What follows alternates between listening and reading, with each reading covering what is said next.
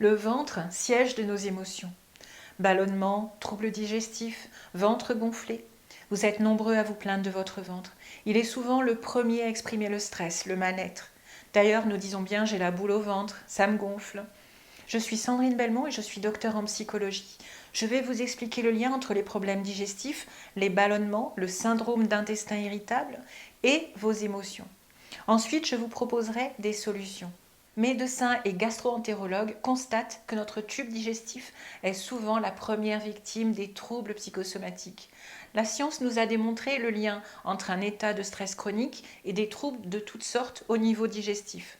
Pour notre cerveau comme pour notre système digestif, le stress libère des hormones et des neurotransmetteurs qui renvoient des messages, qui provoquent à leur tour une libération des molécules.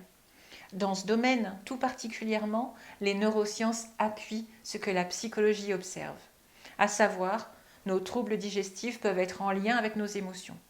Il faut savoir que notre tube digestif, appelé aussi microbiote intestinal, communique avec notre cerveau de deux manières, par voie sanguine et par voie nerveuse grâce au nerf vague, qui est le plus long du système nerveux parasympathique. Si ça ne vous parle pas, je vous renvoie à ma vidéo sur le métabolisme. Je vous mets le lien sous la vidéo.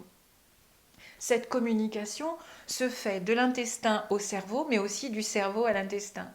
Notre paroi intestinale compte de 300 à 600 millions de neurones. C'est presque comparable au cerveau d'un chien, puisqu'il en compte 530 millions. C'est donc assez logique finalement que nos états d'âme influencent notre système digestif et que ce que nous avalons influence nos humeurs. Le stress mal régulé est à l'origine de nombreuses maladies psychiatriques, comme l'anxiété et la dépression. Alors, du microbiote ou du stress, lequel est à l'origine d'un dysfonctionnement? Une étude américaine de 2017 a transplanté des échantillons de microbiote humain atteints d'anxiété, de dépression ou de syndrome de l'intestin irritable chez des souris en pleine forme. Ils ont constaté que les différents troubles apparaissent chez les souris saines. Ce qui est intéressant aussi, c'est qu'une supplémentation en probiotiques réduirait les symptômes anxieux et dépressifs. Reste à déterminer lesquels selon les personnes. Le syndrome d'intestin irritable est une pathologie fonctionnelle qui n'a pas de cause organique.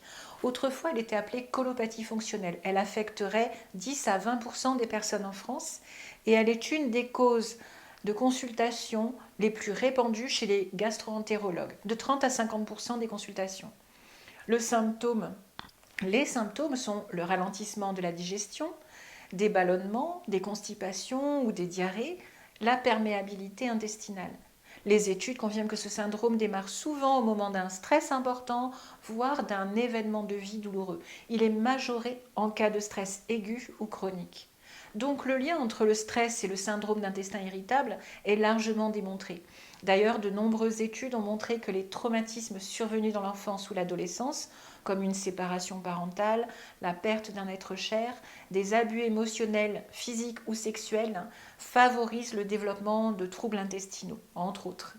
Nous ne réagissons pas tous de la même manière face à un traumatisme ou à des situations stressantes, mais il est possible de repérer à quel point vos dysfonctionnements digestifs sont majorés en fonction de votre état émotionnel. Alors comment mieux s'adapter au stress et aux émotions difficiles? L'une des solutions est d'affronter le problème et de trouver des solutions rationnelles quand c'est possible. La pire solution est d'ignorer le problème, de faire en sorte de ne pas y penser ou de contrôler ses émotions négatives. La troisième solution est de chercher du soutien, aidant à trouver un équilibre. Le soutien peut être professionnel, consulter pour régler les situations passées et présentes. Vous pouvez également trouver des aides dans des activités diminuant le stress, comme des activités sportives, des activités artistiques, de la relaxation, de la méditation, de l'hypnose. Je vous ai mis à disposition sur cette chaîne une séance d'hypnose pour le syndrome d'intestin irritable. Je vous mettrai le lien sous la vidéo. Il convient de l'écouter tous les jours pendant 3 semaines pour avoir des résultats durables. Ce qui donnera le plus de résultats encore, cependant, c'est de travailler sur votre stress et vos émotions difficiles. Sachez qu'il m'est possible de vous accompagner en ligne, à distance, en suivi individuel, et que j'ai également des programmes d'hypnose enregistrés pour vous aider. Là aussi, je vous mets le lien sous la vidéo. Et je vous invite à commenter, bien sûr, et puis je vous retrouve très bientôt.